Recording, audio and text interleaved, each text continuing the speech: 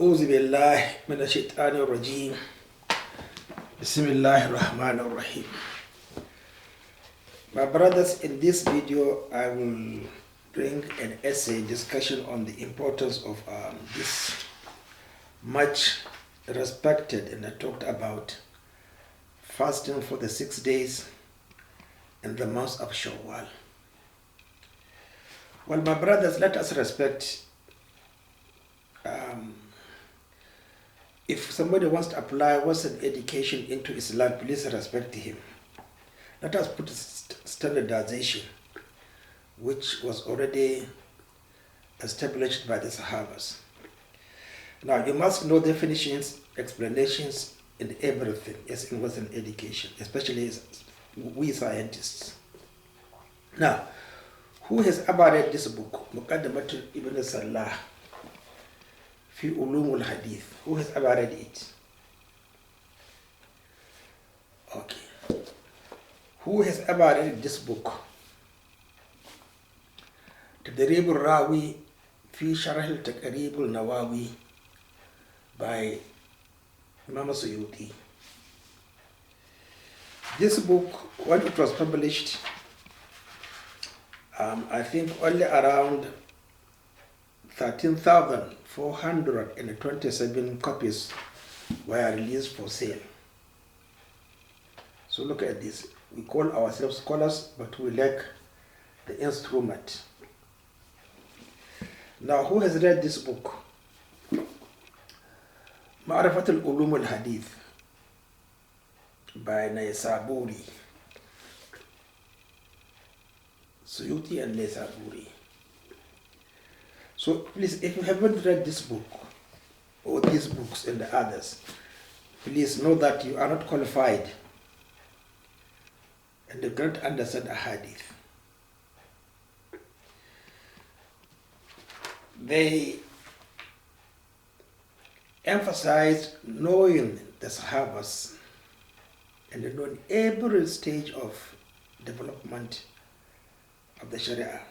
Sahabas, Tabi'in, Atba' Tabi'in, and so on and so forth. Know them. Now, we know Sahabas are divided into two, the Muhajirins and the Ansars. Muhajirins in Mecca, they knew about Tawheed and the Ibadat of Rasulullah in Mecca. Ansars don't know very much about it, but they are well versed and educated and practice the Ibadat of the Levi clan of the children of Israel in Medina, because they are following their own, the Torah. So there is a bit of visibility and immiscibility. Now, how are we going to distinguish a hadith by the Ansars and a hadith by the Muhajirins? It's very, very important, especially in Medina. Abu Dawud mentioned somebody called Ubaidullah ibn Salam Qurayshi as asking Rasulullah sallallahu alayhi wa sallam fasting in the month of Shawwal. A lot of scholars rejected that particular hadith because his name is not well known. But let us respect him. He might have died. But I checked the name in the Battle of Badr, Battle of Uhud. I didn't find the name. So, what is the importance of it? But if we take the second narrator, Abu Ayyub Ansari, distinguished Sahaba, in whose house Rasulullah lodged. So one will ask, why should this hadith be narrated by Abu Ayyub Ansari? Simply because, was it because of their relationship with the Jews? We know that they wrote to Rasulullah sallallahu alayhi wa sallam asking permission for a day to observe Friday prayer, to separate from the Jews on Saturday. So, and we know very well that Rasulullah sallallahu alayhi wasallam did not interfere with the ibadat of the children of Israel. Prayers, fasting, zakat, well, Hajj, borderline. Some say they never attended Hajj pilgrimage, some say they attended pilgrimage. But what is important is that if an Ansar asked a question, he is referring it to their past experience, their worship, their ibadat together with the children of Israel. What is its status? Now, if this is very important, significant, وَاسْأَلُونَكَ عَنِ الْكَذَا وَكَذَا, did not appear in the Holy Quran. So, we can say that probably Rasulullah sallallahu alayhi wa sallam, when he migrated, he met them fasting the month of Shawwal, and then he fasted before the second year of Ramadan.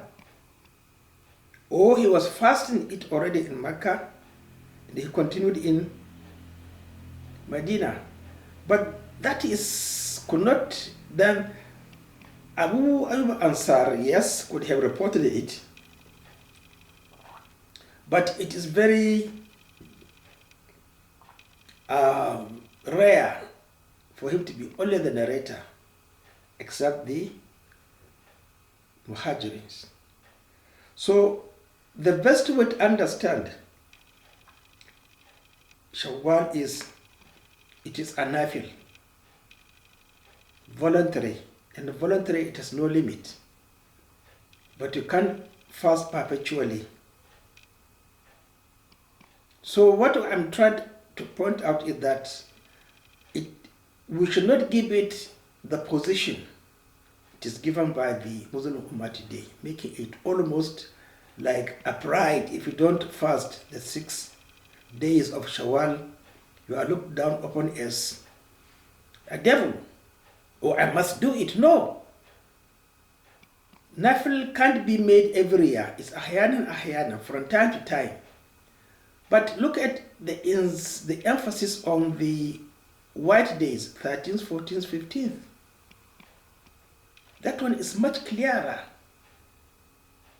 It's more straightforward than the 6th Shawwal, which is another burden. That means if you do 6, you do another 3, that is 9. Nobody made this awareness or arithmetic. That means you should fight for 9 days in the month of Shawwal. So, my brothers, please let us be clever and understand that this hadith had been narrated by the Ansars and Aus and Hazaraj tribe, not by the Muhajirs. So we should respect reasoning and understanding, and the people should freely worship Allah in the matter they worship. But the insistence that people attribute, or the importance they attribute to this, is definitely not the case. It is nafal. It's all the same. And probably the 13th, 14th, 15th is more deserving. So the essence is, let us try to remove taqleed, worshipping without reasoning, and the dalil and the illah, we have to understand them. But the dalil here is, how should you do it? Most of the Sahabas, I mean, you don't find that in the Mawsu'at of Umar ibn Khattab, neither Abu Bakr. But if they narrate it, it's a respect that Rasulullah sallallahu alayhi wa sallam was asked, and then he said, yes, do it, because the Jews were also under his command in Medina. couldn't have said, no, don't do it. That means he is against the Jews, the Levites. So please let us be wise and try to explain Islam in the manner it should be explained today, and stop unnecessary assumption of authority. I said, if you haven't read these 3 books and the others on the methodology of understanding a hadith, please let us respect ourselves and honor the glory of the first 34 years of Sahabas, that I don't know, and ask Mr. Brother so and so forth, he knows better than myself. Assalamu alaikum.